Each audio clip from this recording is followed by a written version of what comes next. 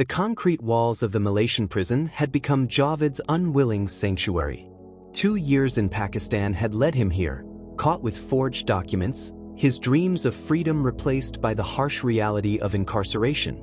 But within these confines, something extraordinary was about to unfold. In the suffocating silence of his cell, Javed found solace in the only thing that remained untouchable: his faith. He would spend hours in meditation, letting the verses of the Quran wash over his troubled spirit like a healing balm. The familiar Arabic syllables provided comfort in a world that had stripped him of everything else.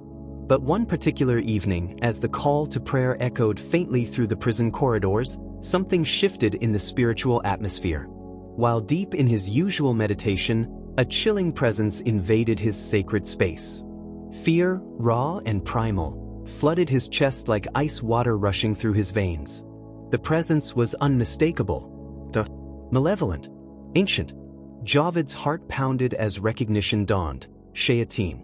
The demonic forces he had learned about since childhood were not merely theological concepts. They were terrifyingly real, and one stood before him now.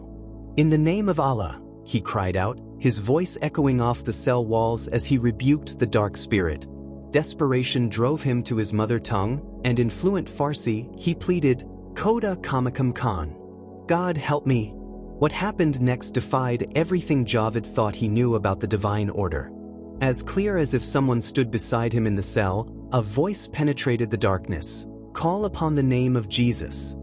The words hit him like lightning.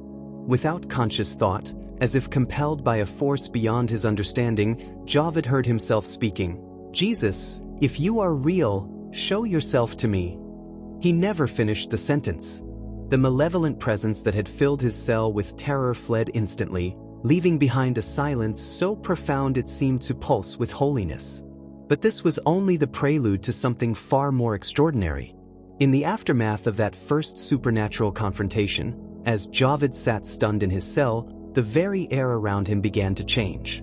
The cramped prison space transformed into something resembling a sanctuary. Time itself seemed to pause, suspended in reverence.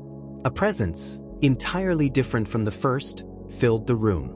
This was not the oppressive weight of evil, but something that made his soul recognize its true home. Without anyone speaking a word, knowledge flooded Javed's consciousness like sunlight breaking through storm clouds. Holiness. The concept wasn't just understood intellectually, it was experienced, felt in every fiber of his being. This was a holy God, perfect and pure beyond comprehension. Justice. The divine scales of righteousness were not abstract principles but living realities. This God was perfectly just, incapable of overlooking sin. And then came the crushing realization that shattered Javed's spiritual equilibrium. Despite all his prayers, his devotion, his years of faithful practice, he was not clean before this holy presence. The weight of his own imperfection, his hidden failures, his secret shames pressed down upon him like a mountain.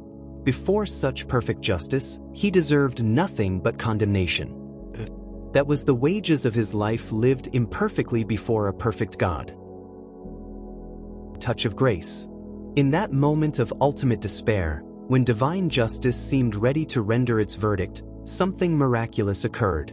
A gentle touch fell upon his left shoulder, tender, reassuring, full of inexplicable love. And then came the words that would forever alter the trajectory of Javed's existence. "I forgive you."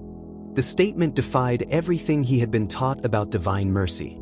In Islam, forgiveness remained a mystery until the day of judgment. Allah was indeed Al-Ghafir, the forgiving, and Ar-Rahman, the merciful. But certainty of forgiveness belonged to the future, not the present. How is this possible?